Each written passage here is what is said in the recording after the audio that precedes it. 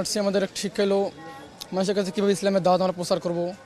এখানে এসে আমাদের ইস্তেমায় অনেকগুলো মানুষের বাইরের সাথে আসছে, আমাদের বাইরের দেশ থেকে অনেক ভাইরা আসছে, ওখান থেকে মানুষ শিক্ষা নিতেছি। আবার আমাদের বাসায় যে ভাইরা মুসলমান ভাইরা আছে যারা নামাজ পড়েন, ওদেরকে ইসলামের আমরা দাওয়াত দেবো, কালিমার দাওয়াত দেবো। নবী করিম সাল্লাল্লাহু আলাইহি সাল্লাম তখন আর আসবে না, নবীদের এখন যুগ শেষ। এখন যে নবীদের যুগ, আমাদের যে আমরা যে আনেওয়ালা উম্মত, আমাদের একটা দায়িত্ব দিয়েছে, আমাদের একটা জিম্মাদারি আছে, দিনের একটা জিম্মাদারি আছে। সেই জিম্মাদারি আমরা কীভাবে করবো না করবো, কীভাবে মানুষের কাছে ইসলামের দাওয়াত দেবো, ওই জন্য আমরা এখানে আসছি।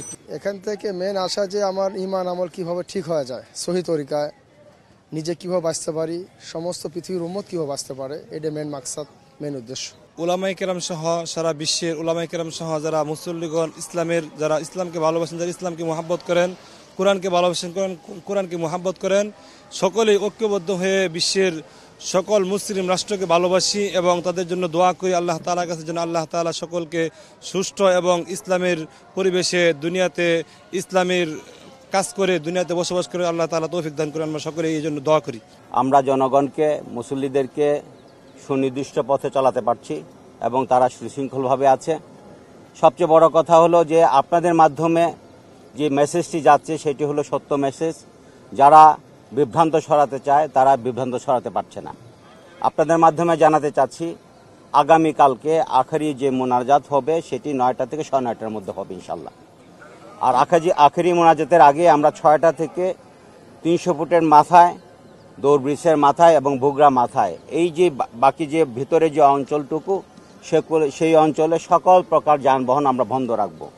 মুসল্লিদের সুবিধার্থে মুসল্লিরা এই সময় এখানে ঢুকে যাবে, মোনাজাত করে তারা যখন চলে যাবে তখন আস্তে আস্তে আমরা সব কিছু স্বাভাবিক হলে আবার যান চলাচল আমরা নির্বিঘ্ন করে দিব এবং স্বাভাবিক করে দেব ইনশাল্লাহ। আমরা মনে করছি, আমরা আশা করছি আপনাদের সহযোগিতায় কোনো বিভ্রান্ত ছড়াতে পারবে না, কোনো গুজব ছড়াতে পারবে না।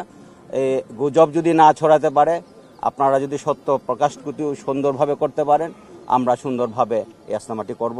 আমরা এখন পর্যন্ত কোনো নিরাপত্তা থ্রেট উপভোগ করছি না। আমরা সম্পূর্ণভাবে নিরাপত্তা দিয়ে যাচ্ছি। ইজতেমার যে মুরব্বীরা আছে ওনারাও ওনাদের প্রচুর পরিমাণ ভলান্টিয়ার রেখেছে, ওনারাও নজর রাখছে। ইনশাল্লাহ সুন্দরভাবে ইজতেমাটি সম্পন্ন হবে প্রথম পর্বের।